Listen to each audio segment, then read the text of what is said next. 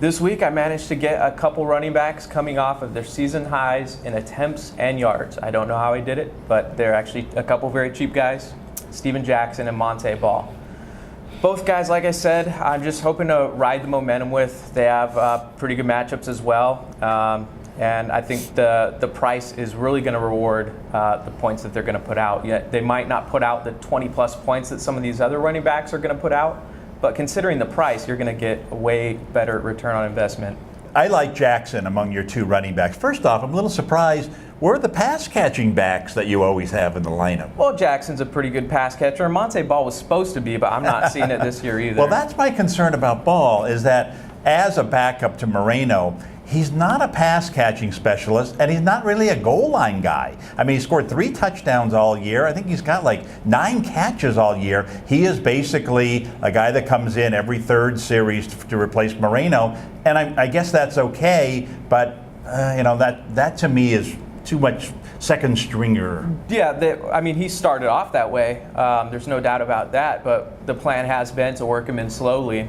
Actually, after seeing what he was capable of in the preseason. I think the initial plan was to give him the role just from the outset, but they looked at him in the preseason. They said, you know what, this guy needs to work on his pass blocking a little bit for us to be able to rely on him being out there all the time protecting Peyton Manning, And he's worked on that a lot. That he's really improved his pass blocking. His pass catching is there too. I mean, he's had a few catches in 2 of the last 3 games, 3 catches. So I don't consider him not a goal line back. I think he's somewhere in the middle between a normal guy and a goal line back. I don't think he's a Mike Tolbert, but I do think he has that capability to punch one in. And that is the role that I'd like to use him in, whether he's had a bunch of touchdowns this year or not. They still keep giving him the opportunities. And I mean, he had that reputation in college. He was a total touchdown guy, He broke records with touchdowns. So he has that ability, and he's going to keep getting the opportunities, and I like him. Well, I took the opposite approach with my running backs this week. I've got 2 very high-priced guys, one being Noshawn Moreno in the same game as Ball, and a great matchup. You touched on the matchup there. Tennessee is great against the pass this week. It's actually a very intriguing matchup of how Tennessee's pass defense is going to do against Manning. The way I think is going to unfold is I think Denver's going to run the ball a lot. I think Moreno is going to have a lot of carries in this game. He scored 30-plus points 2 games ago. My other running back is DeMarco Murray this week. And again, another guy who's got a good matchup. He's coming off his best game of the season. Maybe a little fluky that he scored 3 touchdowns last week against the Raiders. But he's someone, especially now with Dunbar injured, he's someone who's going to get almost all the carries on that team. And so when they get down by the goal line, what I expect to be a high-scoring game, I expect them to get the ball down there. Now, of course, I've run out of money there using those 2 backs. So I'm using Rashard Mendenhall as my flex this week, a very low-price guy. But a guy, again, Andre Ellington has been injured. He may or may not play this week. Mendenhall's carved out a nice little niche for himself. He's carrying the ball a lot. If he happens to score 1 touchdown, which he has on occasion here, it makes it an investment worth taking. Yeah, I think everyone knows how I feel about Mendenhall. He doesn't really excite me. He is very touchdown dependent. You pretty much need a touchdown for him to pay off. But let me talk about DeMarco Murray. I'm off and on his bandwagon throughout the year. Since coming back from his injury, though, he really hasn't done much. He doesn't get that many carries. The most carries he had was last week against Oakland. He had 17. But besides that, I mean, it's 4, 16, 14. I mean, I'm just not seeing the volume that you need. For Adrian Peterson last week against the same opponent, he had the ball 35 times, and he still didn't finish as a top 5 back. So DeMarco Murray's not going to get the ball 35 times this week, and he's not going to score 3 touchdowns like he did last week. So I think the expected matchup is priced in factored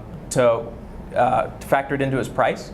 So, I mean, he's obviously a guy that you look at the matchup and think, well, I should probably get that guy in my lineup. But when you look and see he's like the second most expensive running back, there's no way you can put him in your lineup. Well, like you said, I think the matchup dictates that. First off, it's no coincidence that he had his season high in carries last week. The backup got injured, and he's still injured. They really have no backup there now, so they don't really have an option. He's not going to get 30 carries, but could he get 20, 22 this week, or as high as 17? I think it's possible. And against this defense, this is a defense that not only gave up 200 yards to Peterson last week, has given up 100 200 or more yards in 5 consecutive games to backs. And that's hard to do.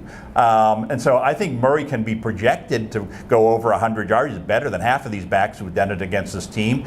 And if he gets a touchdown or two, I think you're right. He's got a high price, but I think he can justify that high price. What you need is 100 yards and 2 touchdowns for him to justify that price, in my opinion. And even that might not do it. You probably still need a couple catches. In my opinion, like I said, I think Montee Ball and Moreno are pretty much in a timeshare here. I don't think that there's a clear-cut starter. They split the carries pretty evenly last week, and Montee Ball on the ground actually had more success than Moreno. So I see moving forward that that's what it's going to be. It's going to be a timeshare, and there's going to be opportunities for both players. If I had my choice, for all prices being even, I would probably take Moreno. But I do like the fact that Montee Ball is half as much money, and he's likely going to get the goal line work as well. Last week we talked about the 2 Buffalo backs. You had Jackson, I had Spiller. How can we do this? They both had really nice games. I mean, it can happen, especially when your team is scoring as many points as Denver. Well, isn't Denver a passing team? Well, if you saw that game against New England a couple weeks ago, you were probably asking, why is this team running the ball so much? Why are they handing the ball to Moreno seemingly every down? Denver can play that way, and in this matchup where Tennessee's run defense is terrible, especially compared to their pass defense, yes, I think there's room for both of them to have fantasy-worthy games.